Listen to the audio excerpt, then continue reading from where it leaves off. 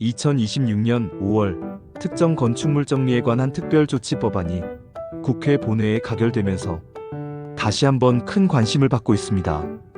이번 특별조치법안에서 말하는 특정 건축물이란 첫째, 허가나 신고 없이 건축하거나 대수선한 건축물. 둘째, 허가나 신고는 받았지만 사용 승인 받지 못한 건축물. 셋째, 용도 변경 허가나 신고를 하지 않고 용도를 변경한 건축물입니다.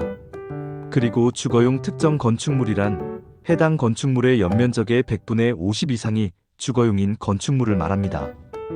이번 법안 적용 대상은 2023년 12월 31일 당시 사실상 완공된 주거용 특정 건축물에 한정됩니다. 즉, 최근 새롭게 불법 증축하거나 불법 용도 변경을 한 건축물까지 모두 인정해주겠다는 개념은 아닙니다. 대표적으로 적용 범위는 전용 면적 85이 이하 다세대 주택, 단독주택 연면적 165제곱미터 이하, 다만 연면적 165제곱미터 초과 330제곱미터 이하의 경우에는 해당 지방자치단체의 조례로 정하는 바에 따릅니다.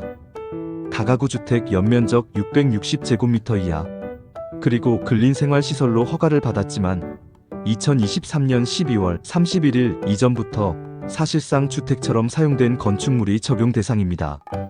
이번 법안은 근린생활시설을 사실상 주택처럼 사용해온 경우까지 포함하고 있다는 점에서 이전 양성화와는 다른 변화라고 볼 수 있습니다. 해당 적용 대상의 건축물의 경우 건축위원회 심의를 거쳐 사용 승인을 받을 수 있도록 하고 있는데요.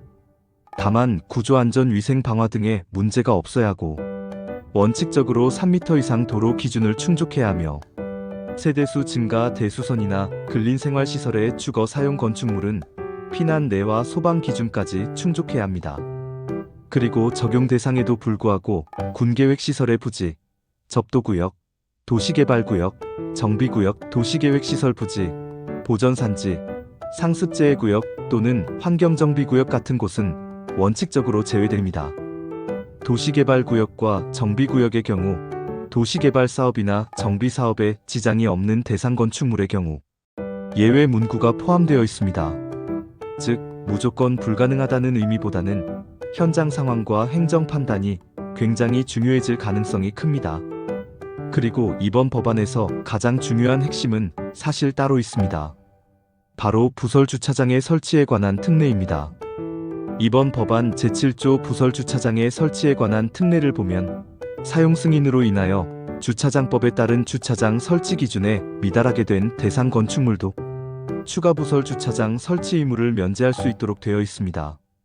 다만 세대수나 가구수를 증가시키는 대수선의 경우나 근린생활시설을 사실상 주택으로 사용한 건축물은 원칙적으로 추가 주차장을 설치하거나 주차장 설치 비용을 납부해야 합니다. 여기서 꼭 확인해야 할 부분이 있습니다.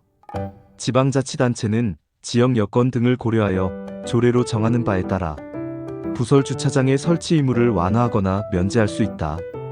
이 부분입니다. 지방자치단체 조례에 따라 어떤 지역은 감면이 가능하고 어떤 지역은 수천만 원의 주차장 설치 비용이 발생할 수도 있습니다. 그리고 또 하나 중요한 부분, 바로 이행강제금입니다. 제9조의 과태료를 보면 이행강제금 5회분의 과태료를 부과하도록 되어 있습니다. 하지만 이미 이행강제금을 납부한 경우에는 그 금액을 차감하도록 했습니다. 그리고 가장 눈에 띄는 부분은 전세사기 피해자 특례입니다. 전세사기 피해자 지원 및 안정화에 관한 특별법에 따라 전세사기 피해자가 매수한 전세사기 피해 주택의 경우 추가 부설 주차장 설치 의무와 이행강제금 5회분 과태료를 면제할 수 있도록 정하고 있습니다. 그렇다면 사전 준비가 필요한 이유는 첫째, 시행 시점인데요. 이번 법안은 공포 즉시 시행되는 것이 아니라 공포 후 6개월이 경과한 날부터 시행됩니다. 그리고 법의 유효기간은 시행일부터 18개월입니다. 즉, 영구적인 제도가 아니라 한시적으로 운영되는 특별법이라는 의미입니다. 둘째, 불법 건축물에 해당하는 경우에는 위반 내용과 건축물의 용도 규모, 주차장 기준, 해당 구역 여부 및 관련 법령상 적용 대상 여부를 미리 확인하고 숙지할 필요가 있습니다.